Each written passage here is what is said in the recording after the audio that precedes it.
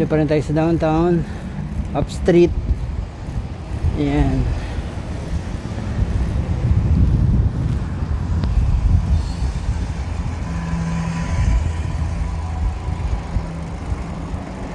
Ayan, lakad lang tayo kasi pasalubong tayo eh.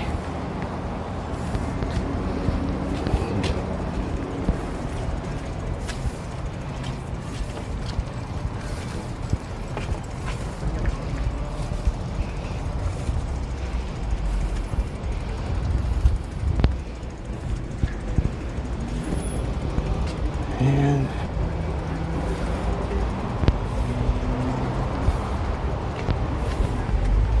Bawal tayo kasing teka, tawid tayo din sa kabila.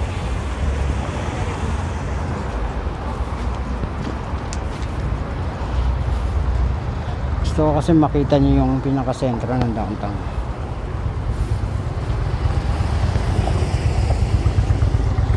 Ito tayo doon. Let's go.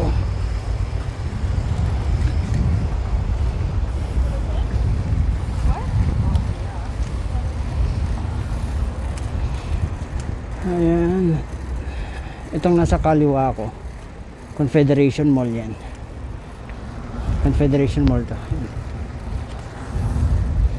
Federation Court Mall. So, itong Tim Hortons na to, dyan maraming Pinoy eh.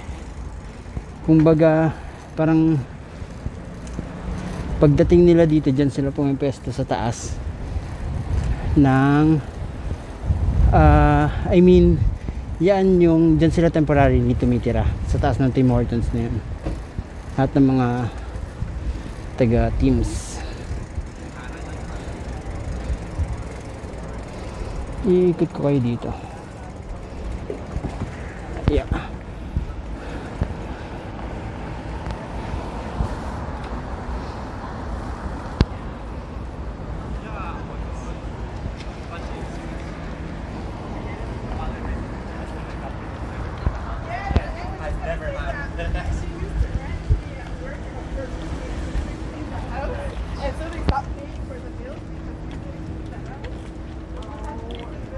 Actually, pwede tayong gumunta. Ganda na tayo. Kasi napakita ko naman na yung cow sa inyo dun. Ay, nadaanan na natin kanina. So, dito tayo.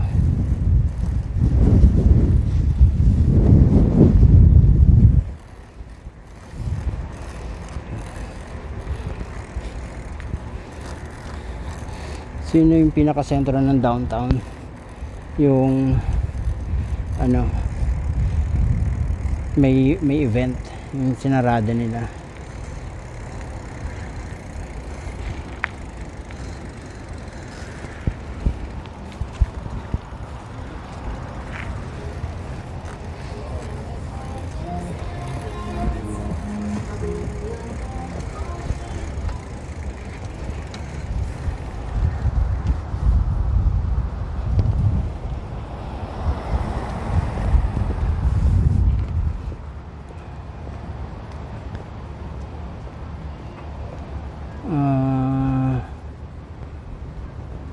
Yan, tama.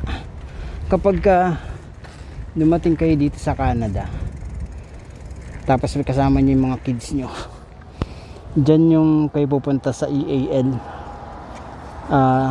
Kapag dyan kayo pupunta sa EAL, sila yung mag-a-assign ng school para sa mga kids nyo. Yan, dyan banda, dyan kayo pupunta. Likod lang yan ng Service Canada. Ito yung Service Canada. Yung Service Canada naman, dito kayo kukuha ng SIN pagdating nyo dito sa PEI. So again, yung tinuro ko kanina sa kaliwa, katabi ng blood bank something, yun yung sa EAL. Dun kayo kukuha ng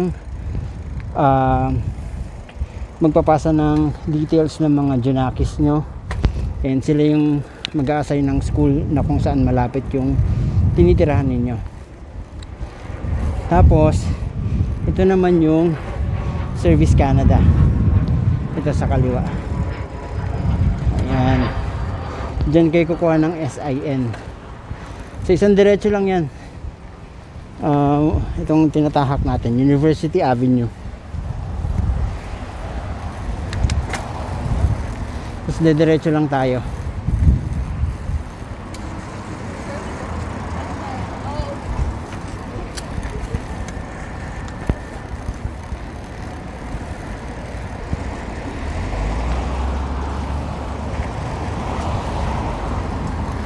Ayan. Ito ang University Avenue. Ito ang busiest na street avenue dito sa Charlottetown. Ito yung pinakasentro.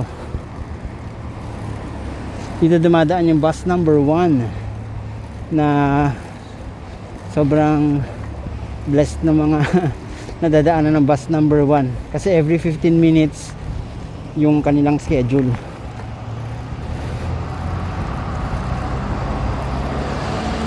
Dati nilakad ko to from Holland College hanggang dun sa may Atlantic Superstore na malaki. Dalawa kasi yung superstore dito. Isa yung maliit, malapit sa mall. Tapos isa ito yung malaki. Dito sa University Avenue.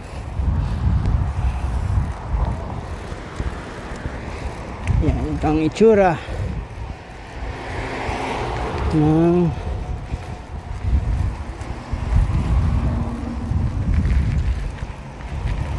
University Avenue sa Charlottetown.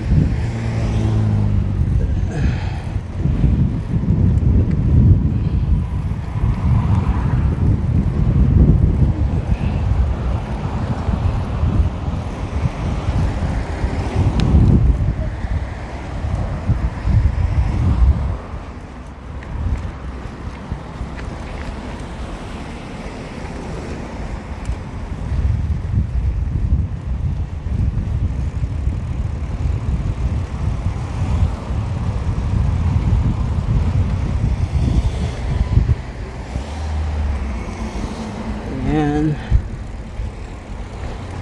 Makikita nyo sa mga gilid-gilid yung mga establishments.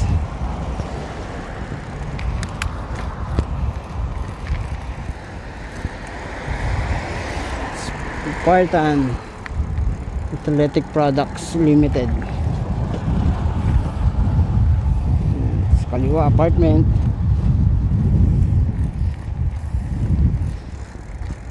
Tapos Jack's Pizza sa kanan. Eastern Vape sa mga nagve-vape. So meron doon. And then dito sa kaliwa ko, yan, RBC Royal Bank. Tapos nandyan din yung Value Village. May dollar store. Yan, Value Village. Nandyan din yung bike shop banda. Doon din tayo nag-donate sa community fridge. Diyan din banda sa kaliwa.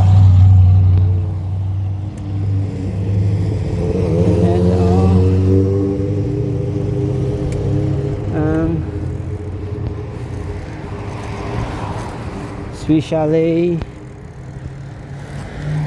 sa kaliwa.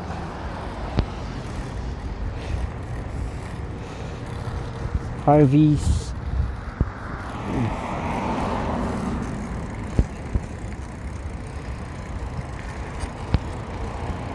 Tapos meron kaming dito ang DQ. Ayan, DQ.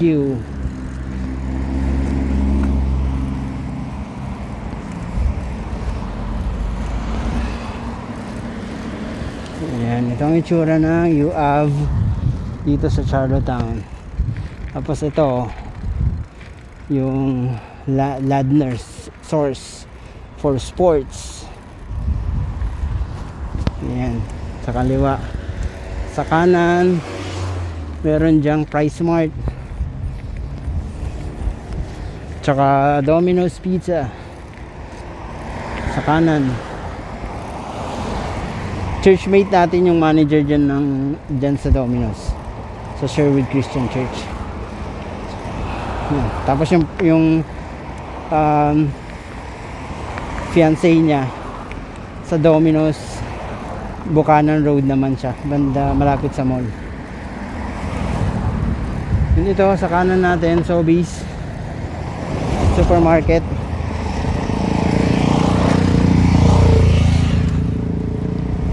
OB Supermarket. Ayan. Shoppers sa kaliwa. Baba tayo. At dito tayo. Kasi tinignan ako masama ng isang nakamotor. Baka dahil pasalubong ako.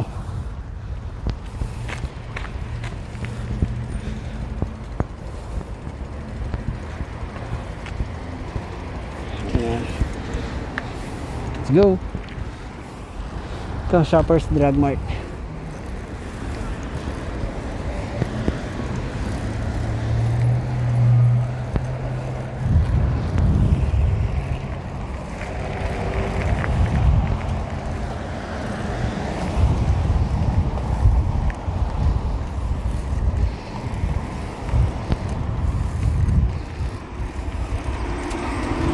Bala ko sanang pumunta ng umikot sa Atlantic Superstore papunta sa Dollarama. I mean sa Walmart. Kaso mag-iiba na lang tayo ng ruta. Didiretsuhin na lang natin siya. Siguro pagdating din sa stoplight, kakanan na ako para hindi tayo pasalubong. Ewan ko ba bakit pasalubong yung lane ko.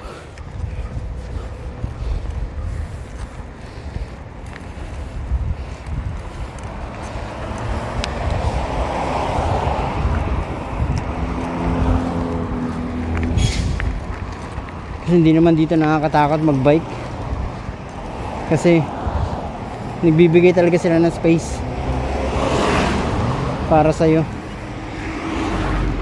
Ito McDonald's, ito yung malaking McDonald's na may playhouse. Gustong gusto dyan ni Celine. Yan, tatawid na tayo dito sa may stoplight kabilang side. Or ay hindi, din na lang tayo sa unahan pa.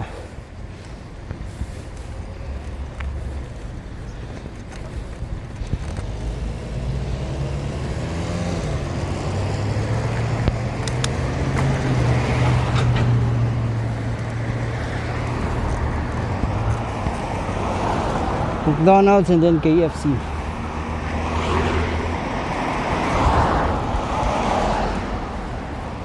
Tapos andito rin yung Dollarama. Dito tayo, ikot tayo. Dollarama, Giant Tiger, H&R Block. H&R Block yan yung parang accounting field something na ino-offer nila. Tax assistance, Pet Value. Nandito din yung mga gym.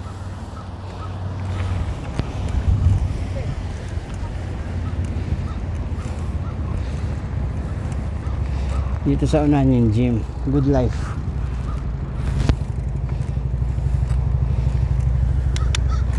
Ayan. Biruin nyo, halos malapit na tayo pa uwi. Naikot na natin yung Charlottetown. Ito, Good Life Fitness. Yung mga Pinoy din tayong kaibigan, nandyan nag-gym.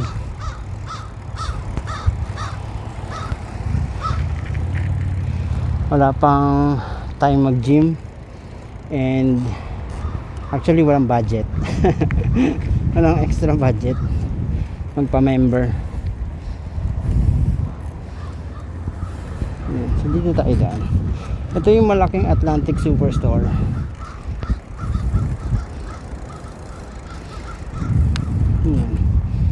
Ikot tayo.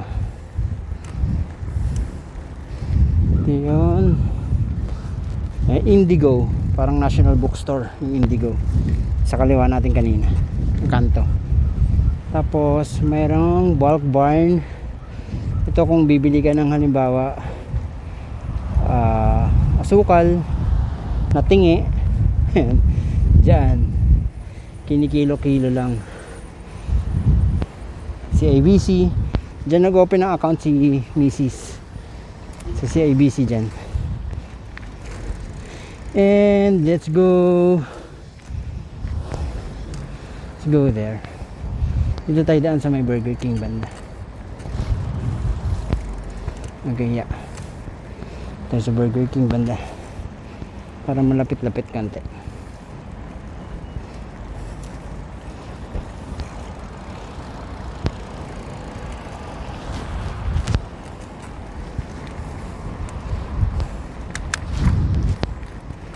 Mga seagull. Nag 1 year na ako dito sa PEI, Charlottetown, pero hindi pa ako nakakain dyan sa Burger King kahit isang beses. Samantalang lagi ako kami dito sa may superstore.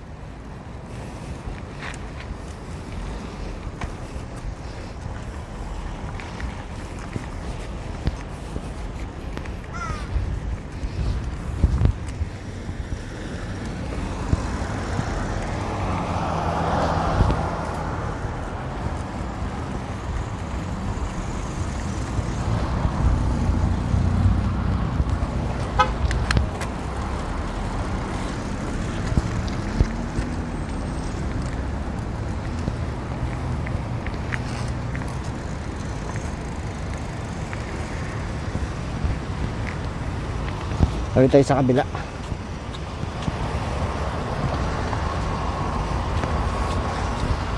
Pwede pa. Naka-green pa.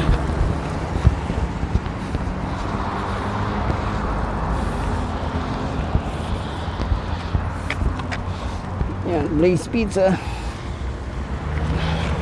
Stop natin.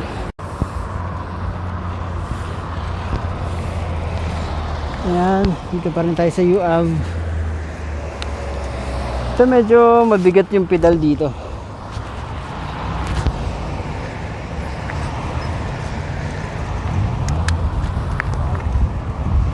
Kaya i-chill lang natin. Yung bigat kasi paakyat. Lalo na dun sa unahan. Ito pala yung sa kanan ko yung UPEI. Mas malaki yata to, mas malaki tong UPEI kaysa sa Prince of Wales campus ng Holland College. Mas maraming estudyante to.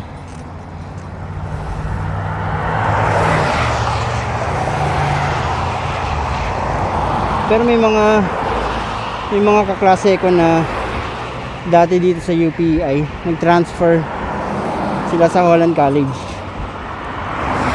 Mas mura daw tuition. Pero siguro depende sa program. Pero yung iba naman nagtitake ng 2-year diploma sa Holland, tapos dito nila itutuloy sa PEI, UPEI.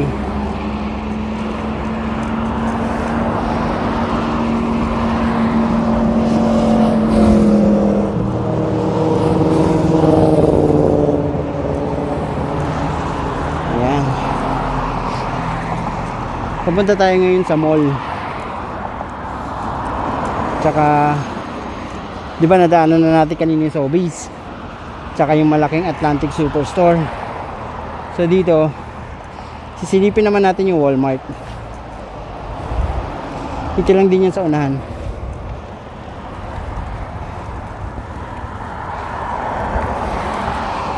Baganan lang natin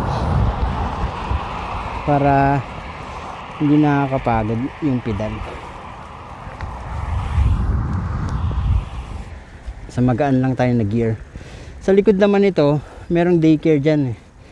Likod ng building na yan. Doon naman nagdi-daycare si Celine. Pero nag-stop na siya ngayong summer. Kasi mahal na yung bayad eh. 28 yata, 26 na. Kapag summer kasi mas mahal.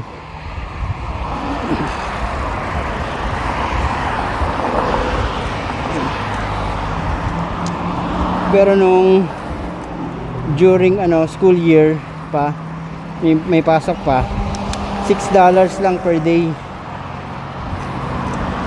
So $20 yung itinaas ngayong summer. Dito yung entrance ng UPEI.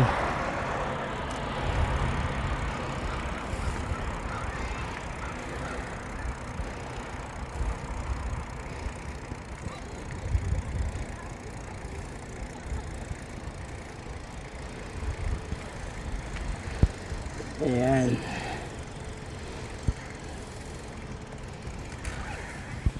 Tapos ayang G1 Youth, G1 Young, ano ba yan? Hindi ko mabasa.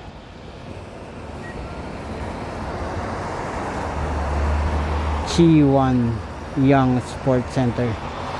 Diyan nagbabasketball yung mga kaibigan natin, mga Pinoy.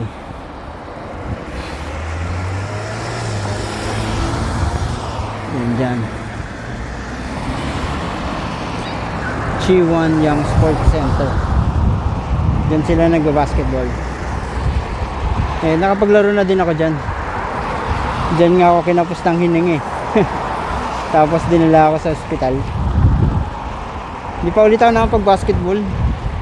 Pero okay naman na ako. Kaya ko na mag-basketball. Tinatamad lang ako mag full court pa muna. May ano pa. May trauma pa. May trauma pa ako nung nakaraan eh. Ngayon nag-basketball ako ng full court. Kaya ngayon hindi muna. Pero kaya ko na.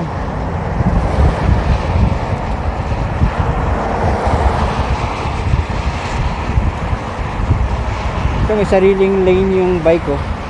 Sa atin sa Pinas meron din naman. Kaso nga lang sinasakop ng mga ibang motorista. Dito hindi. Takot sila dumikit. Takot sila dumikit sa pedestrian, sa biker. Talagang iiwas sila, malayo sila. Sa kanan ko naman, diyan na papasok si Cedric ngayong pasukan. Rural High School.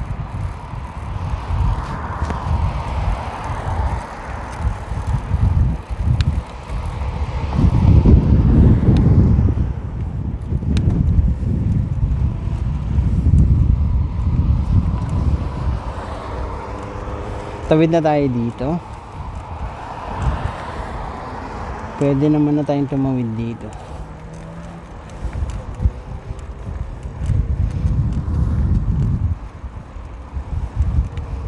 Para ako nagugutom.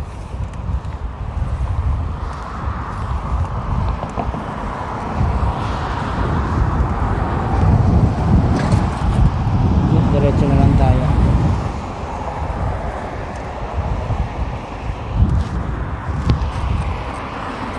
Mabigat na yung pedal kahit nasa pinakamababa kong gear. Pataas eh.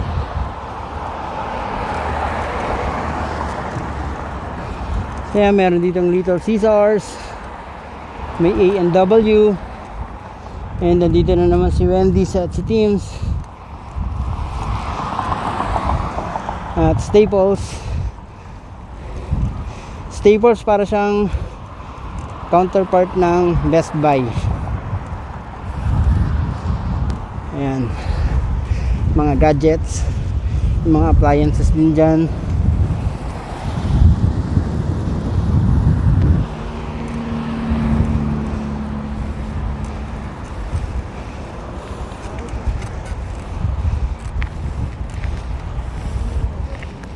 Ayan, A&W. Tapos Yumi Sushi, Starbucks sa kaliwa. Yumi Sushi, all you can eat. Nakakain na ako dyan. Yumi Sushi sa Summerside naman. Bago lang kasi yan eh. Tapos yun, Rudy's Chicken, para siyang Jollibee, pero iba pa rin yung Jollibee. Yan, Dollarama. Sa kanan ko dyan yung mall. Mamaya dyan tayo dadaan. Pero dito muna tayo sa kaliwa. Papasilip ko sa inyo yung Walmart.